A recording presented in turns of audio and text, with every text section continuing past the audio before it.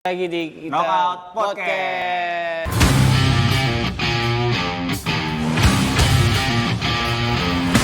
Itu tukang tawuran semua. Itu saya apa begitu-begituan fight, real fight itu di sini loh gitu. Ya, Apalagi yang ini ya. Nah itu Yang pakai kacamata tuh.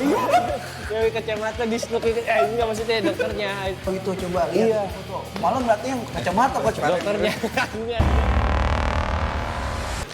Assalamualaikum warahmatullahi wabarakatuh. Selamat siang teman-teman. Kembali lagi di kita Knockout podcast. Wah, Li, kita lagi ada di mana nih? Kita lagi ada di camp Venom di Purwakarta. Seru banget sih tempatnya, Li. Kemarin kan kita habis nonton pertandingan. Venom. Makanya banyak banget pertanyaan yang gue tanya-tanya dari mulai atletnya segala macam. Atlet Venom keren-keren nih. Iya. Keren lah. Dari pertandingannya. Kalau kalian nonton vlog kita, itu banyak sekali atlet Banyak. Venom yang Nah, keren-keren ya. Sekarang kita ketemu sama Coachnya. coachnya. Pelatihnya. Oke, boleh dikenalkan coach dengan siapa? halo semuanya. Saya Jia Hak, biasa dipanggil Jia. Saya coach di Venom Muay Thai. Kepala pelatih juga. Sejak awal berdiri. Siap, teori. Terima kasih nih Coach Dia sebelumnya kami dari Knockout Podcast Ya. diperbolehkan untuk datang. bertamu. Coach, sebenarnya pertanyaan kami sebenarnya masih awam Coach. Kita ini ya saya Akin dan nih Ali ini masih awam banget tentang Muay Thai. Terus kita kaget acara kemarin juga wah atlet dari maksudnya atlet Venom keren-keren di. Iya, nggak terlalu Pada ada yang kayak ya maksudnya awam itu apa ya maksudnya kita pengen belajar banyak lah, Coach. belajar lagi Itu. Sama-sama. lebih gitu kan. Lebih lagi sharing, kemarin udah sharing. sama Coach Edi, Coach Edi. Coach Reja, sekarang Reza, sama Coach sekarang. Dia nih kita mau nanya-nanya banyak sih. Awalnya sih mau nanya ke Coach Dia itu kenapa harus Muay Thai sih Coach? Ya, Iya, kenapa tuh, Coach? kan ada boxing Betul. ada yang lain. Boleh Coach Betul. dijawab apa? Awalnya sih perkenalan ke bela diri itu nggak langsung ke Muay Thai. Oke. Dulu tuh di Capoeira sempet saya tuh Capoeira. Brazil. Oh Brazil yang Ada filmnya dulu kalau anak 90-an ada tuh. tahu itu. Siapa tuh? Nah, itu dia. Paranawe. Itu filmnya keren. Itu Filmnya zaman keren. Ogut masih kecil. Lompat-lompat. Oh, Itu Capoeira.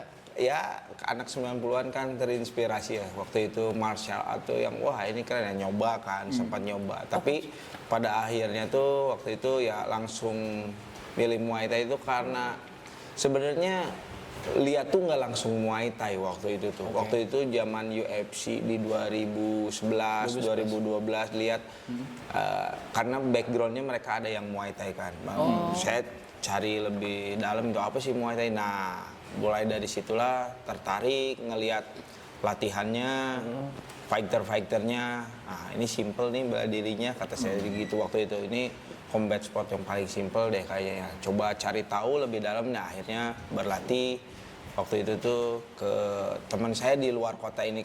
Jadi kalau dulu misalkan saya nggak keluar kota nih, Oke. mungkin Muay Thai di Purwakarta nggak ada. Kalau ya karena setahu saya juga kota ini kecil kan. Siapa aja gitu praktisi bela diri itu nggak ada ini. Kalau saya coba keluar buka lah di Purwakarta. Oh, berarti sebelumnya di mana coach itu berarti? Sebelum Purwakarta. Saya waktu itu di Surabaya. Oh, di Surabaya. Itu latihan capoeira berapa lama Coach? Itu Coach bisa lompat-lompat gitu bisa? Dulu Iya, waktu itu. dulu kan sempat. Saya tuh akhir-akhir tuh ya kayak begitulah karena ada akrobatiknya. Akrobatik, iya betul, Akrobatiknya akrobatik. Kalau di capoeira sempat juga muka tuh kena lantai. Ya itulah gak lama sih 2 tahunan gak lama. Dari situ switch mengenal Muay Thai. Muay Thai. Tapi awal perkenalan martial art tuh ke situ. Nggak gini, saya jelasin ke Li, ada capoeira ini lucu Li. Lucunya karena dia kayak joget break dance. Iya. Yang tangan di bawah ya kan. betul. Terus dia muter-muter Li, kayak gangsing. Apa sih sebutannya tuh? Oh, namanya? Yang tangan break dance itu ada tuh. Pokoknya ada deh, itu lucu banget. Jadi posisi tangan harus kuat ya Coach? Ya tangan sama kaki dia dominan di situ. Dominan tangan kaki Li. Tangan kaki karena tumpuannya juga. Itu namanya kalau di capoeira tuh jogo kalau lagi sama partneran gitu, kayak sparringnya di capoeira Sparring, itu ya. ya. Jogo namanya, pasang-pasangan, dia lebih kental ininya apa, culture-nya, budayanya lebih kental. Brazil ya coach? Brazil. Itu dari ya yang saya tahu itu dari budak-budak Afrika sih dulu. Belajar Iya, gitu. karena Portugis kan Portugis dulu ya, jajah masuknya. Brazil dulu. Nah itu tuh dari budak Afrika sebenarnya. Jadi ada sedikit kesamaan nih coach.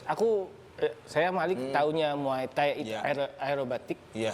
capoeira juga aerobatik ya kan? Iya. Tangan main, kaki main, Semuanya, iya. semuanya ikut. Jadi ya gampang-gampang lah untuk Iya. perpindahan dari capoeira ke Muay Thai coach ya. Iya. Kalau justru saya pas switching waktu itu kontras sih. Sebenarnya kontras sih. Karena di capoeira kita cuma emang ada yang sedikit ngebantu saya pas waktu perpindahan tuh pinggang saya nggak terlalu kaku.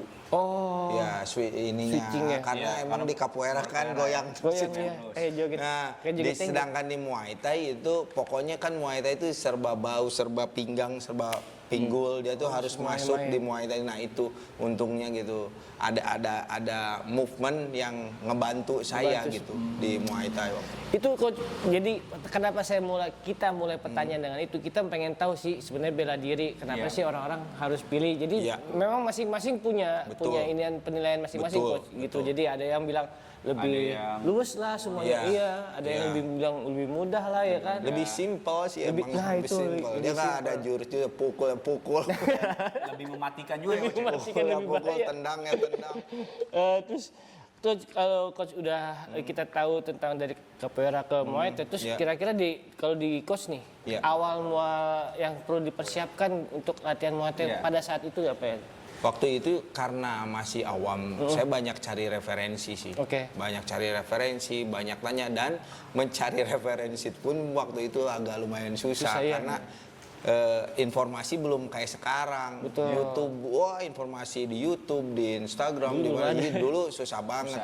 Susah banget nyari-nyari, emang banyak kan lebih ke orangnya, ke praktisinya kalau Langsung. dulu.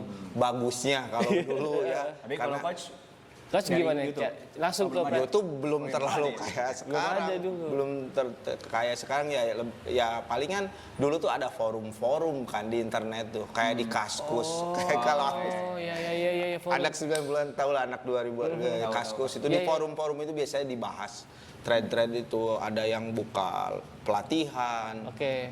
diskusi, forum diskusi dari situ. Dan coach ikut itu waktu itu. Iya, dilihat-lihat diskusi, oh begitu karena emang belum kayak sekarang waktu itu informasi itu. Mas- Sekarang mudah banget ngakses informasi Mudah. dari mana-mana. Awal latihan Muay Thai coach masih ingat gak? Awal Iya. pertama kali. 2013-an. 2013-an. 2013-an. Berarti Coach Awal-awal. sebelum jadi pelatih tanding juga ya Coach? Pasti kan Kalau saya waktu itu lebih ke bisnis awalnya sebenarnya, bisnis. karena di sini belum ada nih Muay Thai, Oke. belum ada. Wah, saya buka aja nih di sini. Saya juga berpikir juga anak yang sekarang jadi atlet kita juga gak berpikir untuk di-develop seperti jadi sekarang itu. Oh iya Iya, lupa. kita belum spoiler. Arafli itu Arafli. bapaknya. Ini bapaknya Arafli. Iya, lupa. Kita belum sounding itu awalnya. Iya. Awalnya sebenarnya orientasi saya itu bisnis kebugaran, awalnya bisnis kebugaran. Ngelihat itu ada sertifikasi kepelatihan, saya coba ikut. Nah, saya coba melatih atlet angkatan pertama 2014 waktu itu. Ya alhamdulillah di PON Jawa Barat waktu itu masih eksibisi Muay Thai itu 2016 ada atlet kita tuh 3 orang yang dipanggil di Pelatda tuh waktu Pelatda, itu. Alhamdulillah ada medali perak medali perak waktu itu. Waktu PON masih eksibisi waktu itu. Eksibisi nih ya? Belum resmi ini. Dipertandingkan di PON pertama kali itu 2016. Kita banyak kenangan lah, Coach Reja itu kita sejarah lah itu PON Muay Thai masuk ke PON pertama ya, termasuk senior kita di Pengprov gitu, banyak cerita pokoknya Iya, itu. Coach Reja cerita 2013 jadi dia mulai PON. Terus saya tertarik kenapa awalnya coach ini tuh dari kebugaran dulu. Iya, awalnya tuh Kita awalnya. tahu si Coach Reja cerita awalnya Muay Thai dari mana?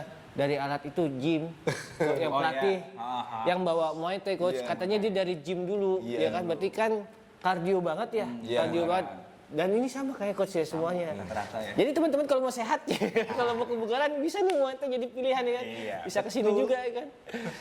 Dan itu waktu awal 2013 coach ya. Ya, 2013. Berarti coach udah pernah ngerasain pukulan dong di Kalau pukulan ya, belajar. karena dulu separingan kita nggak Separingan. ada lawan separing. Waktu itu atlet saya separingnya sama saya semuanya. Waktu awal-awal tuh. Kalau sekarang nggak deh.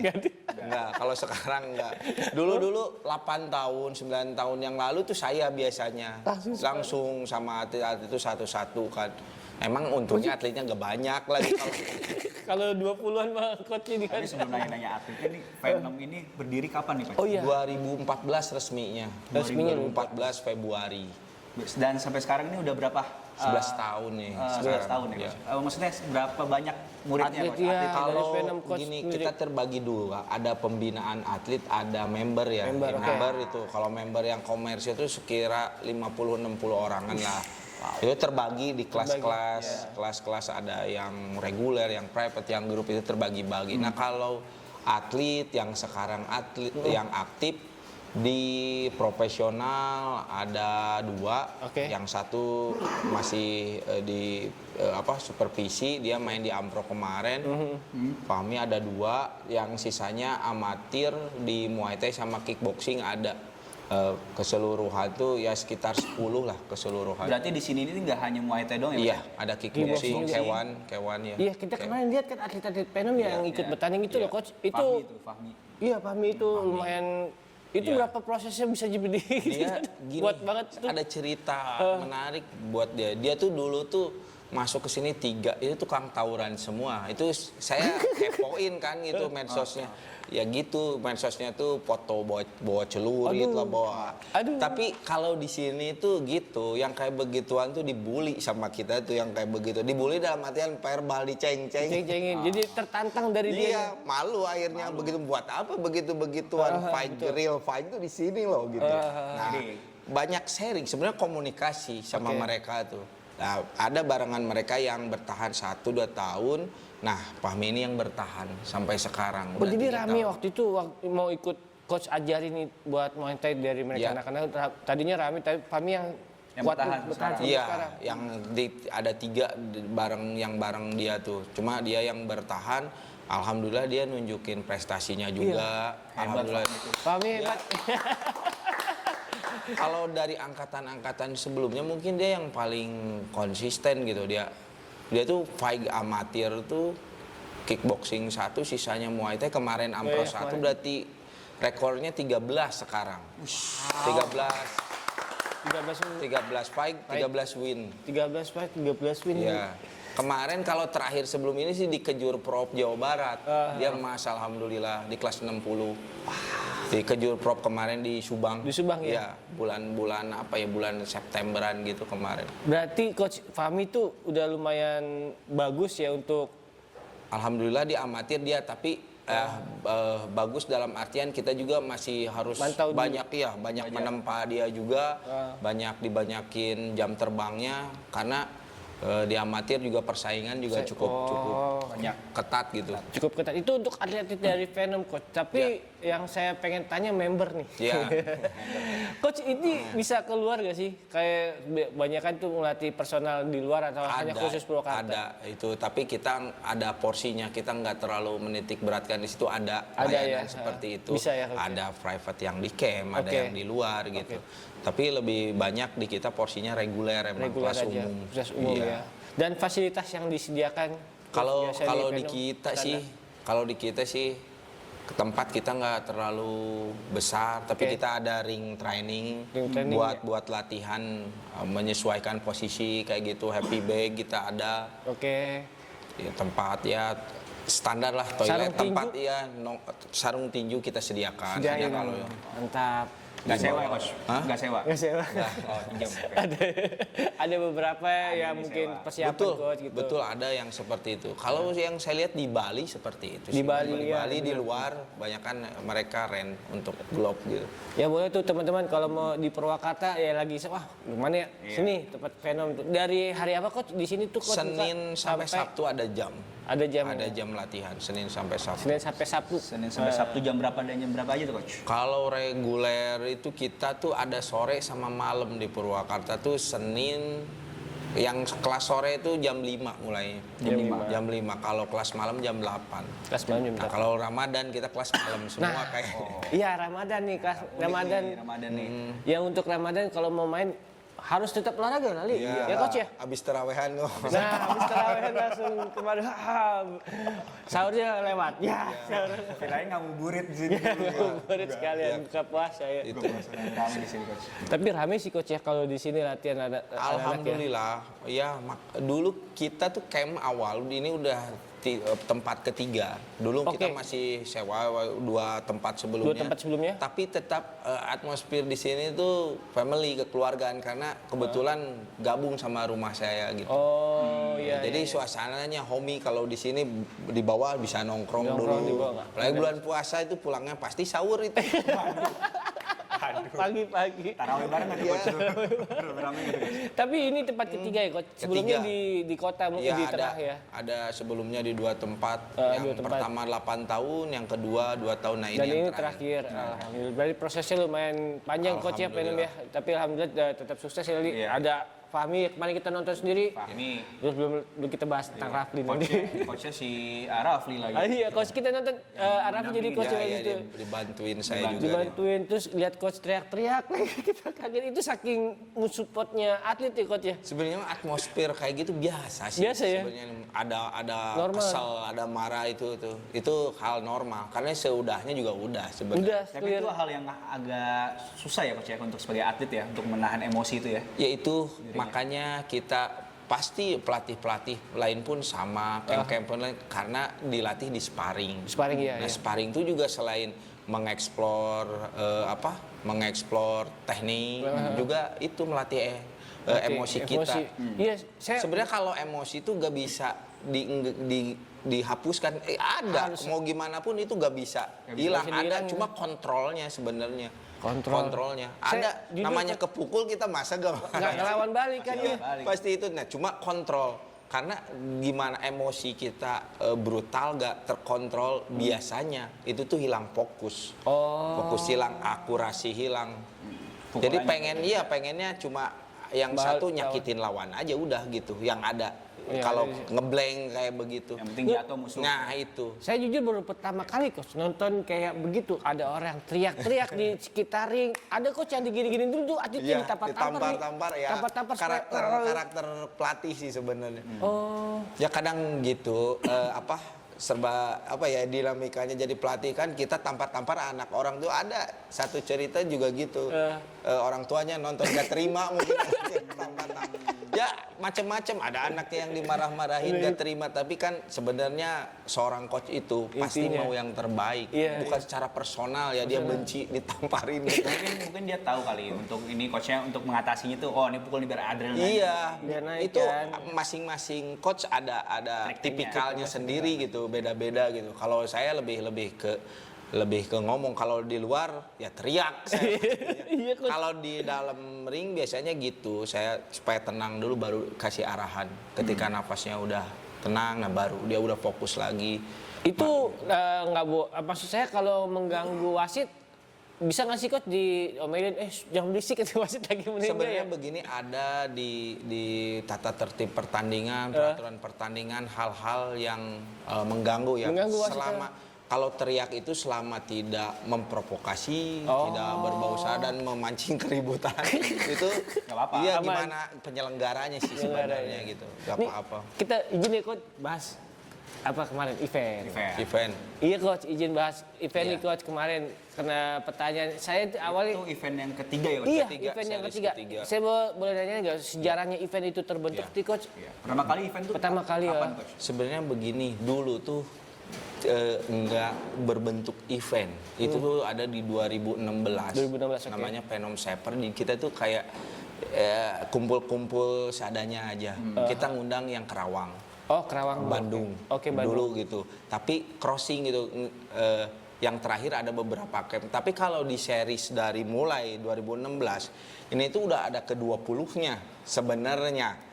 Tapi saya hitungnya dari event yang berbentuk aja nih, berbentuk resmi aja, Resmi, dengan perangkat pertandingan resmi, dengan sponsor itu tuh ya 3 series. 3 series. Sebelumnya tuh di camp kita jadi ajang silaturahmi juga. Antar camp ya? Iya. Oke.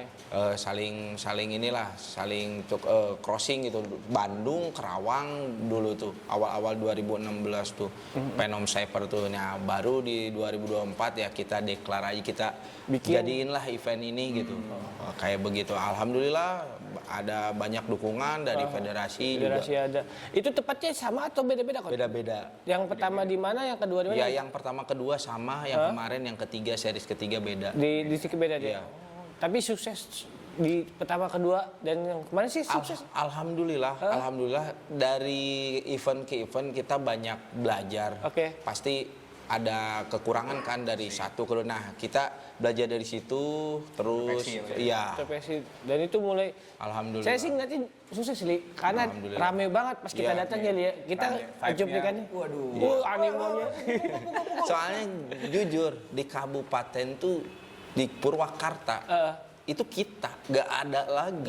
Nggak ada lagi. Ini tuh pionir kita tuh nggak ada ngedatangin ring tinju di kabupaten nggak ada. Oh, jadi sebelumnya nggak ada Sebelum acara nggak tinju ada. di Purwakarta? Seumur hidup Purwakarta berdiri nggak ada itu ring tinju, Tinju di ada KKP. event di Purwakarta. nggak ada. Oh, wah, mantep nih. Spoiler aja nih, acara kemarin sukses menurut saya ya Li, ya. Sukses banget dan pertandingannya Dan seru. mengerikan. Kalau kalian ingin adrenalin lihat pertandingan, nah ini ikuti pertandingan terus Purwakarta ya dari Phenom tuh. Terus apa lagi nih yang kemarin tentang pertandingan? Apa yang ingin tanyain ke coach? Itu sih cara mengatasinya tuh kemarin tuh coach ya. Ada juga yang sampai membuka ada pelanggaran itu gimana tuh coach? Itu cedera-cedera itu karena kita sebagai penyelenggara kan harus ada ini ya, istilahnya wajib menyediakan medis Medis, oke. yang proper. Kita alhamdulillah kemarin disupport sama salah satu rumah sakit yang besar di kota ini, Oke. yang proper juga dengan tenaga medis yang cukup ini memadai lah, dan kita juga ada asuransi kan dari BPJS Kesehatan, nah di cover sama itu gitu. Jadi kita sebagai penyelenggara tenang, mungkin praktisi juga tenang Aman gitu. ya. Ya. Coach boleh disebut tuh rumah sakitnya aman nih Li. Lu sebutin aja coach rumah sakitnya. Rumah sakitnya Siloam Hospital. Emang itu Mereka udah 3 kali series. Oke, 3 kali series. Support kita di 3 series ini selalu support. Alhamdulillah dedikasinya bagus lah mereka. Selalu ngebantu ya, Iya. Bantu banget Ke awal-awal sih memang mungkin ada adaptasi ya karena mereka belum terbiasa sama combat sport. Nah sekarang udah terbiasa gitu ngurus orang berantem. Berantem iya. Kemarin tuh KO nih, Put. Ada yang dislok nih. Iya. Terus lagi yang ini ya. Setelah itu Yang pakai kacamata tuh. cewek kacamata dislok enggak maksudnya dokternya dislok udah gitu setelah itu pertandingannya ada kejadian lagi dan mereka tuh sigap nih yang pakai kacamata apalagi dia langsung. Jadi pada 2 kali KO mereka tuh tahu apa yang mereka lakuin. Jadi coach kemarin tuh kita masakin, pantau itu coba lihat itu foto. Malah ngeliatnya yang kacamata coach. Dokternya enggak dokter bukan nih itu dokternya saya ngasih tahu begitu. Oh ini pengen tahu aja gimana sih kalau KO kan mereka pasti prosedurnya beda-beda ya dok ya. Maksudnya gitu ya kacamata betul. Gimana KO tuh kan ada yang blackout ya dia pingsan. Iya, itu sampai ada yang pingsan, betul. Ada yang cuma cut luka di stop karena keselamatan, misalkan lukanya udah terlalu parah di stop. Di stop dulu. Itu stop itu bisa dari perangkat pertandingan atau dari timnya Tim yang langsung. minta. Misalkan timnya ngelihat ini udah nggak sanggup. Tapi kalau dari perangkat pertandingan ketika ngelihat biasanya memanggil medis gimana ini. Langsung, oke. Biasanya itu pertimbangannya ini terlalu berbahaya, bisa di stop walaupun nggak blackout gitu, Iya, nggak blackout, nggak ya. pingsan gitu. Iya, mereka ditanya siapa namanya gitu-gitu nih sampai si kacamata. Siapa namanya? Nama saya Akin ya, jawab gitu enggak. Bukan Mas, ini yang katanya gitu. Tapi seru sih coach, maksud saya tuh coach ini kan memang ininya ke pertunjukan kayaknya sih saya lihat ya dari lihat Purwakarta kemarin berhasil banget, nggak ada ribut-ribut sesama camp gitu-gitu maksudnya coach. Kita masih saudara kok sejauh barat itu. Sejauh barat, Iya, betul. Masih saudara lah sama ngapain gitu.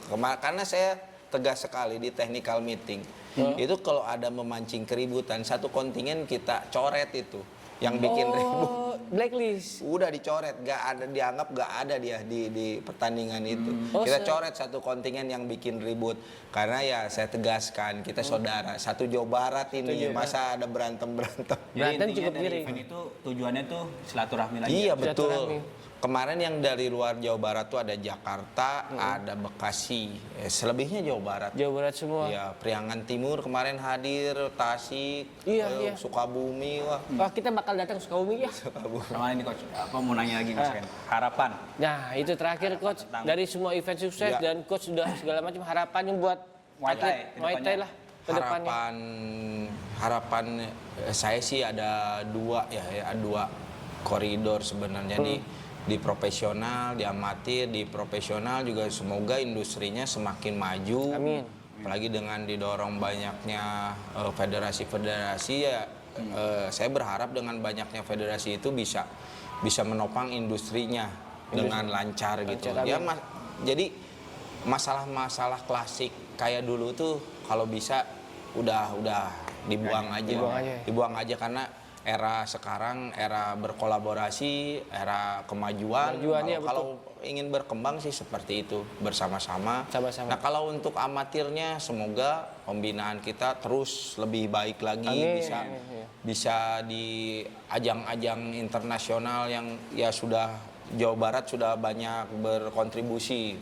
Sepertinya saya lihat alhamdulillah untuk di event-event multinasional ya, semoga nanti lebih banyak lagi Jawa Barat melahirkan petarung-petarung Muay Thai yang andal. Amin. Oke, itu pesan dari coach. Tapi kita perlu spoiler, coach ini adalah seorang bapak dari atlet Rafli Syafri Syakur yang akan bertanding ke Inggris. Itu udah sih coach, kita kasih belum tahu mungkin ya orang teman-teman ini coach ini siapa gitu. Terus mungkin itu dulu coach untuk saat ini. Kami berterima kasih banyak untuk Sama-sama. untuk ininya dulu. Ya. Tempatnya enak juga, pengen latihan sih sebenarnya di sini. Paling nanti lupa tadi kita mau ngasih tahu apa biayanya coach. Oh iya, biaya. Itu ada nggak sih di Instagramnya? Ada biasanya kita Flash list ya gitu-gitu. hampir sama lah kita Subang sama Purwakarta tuh. Wah, Nanti kita cantumin aja ya. kita akan cantumin di sini. Oke, sampai ketemu lagi. Saya Akin Saya Ali. dan Jia, Jangan Tia. lupa like, komen dan subscribe. terima kasih. Sampai ketemu lagi. Atunun.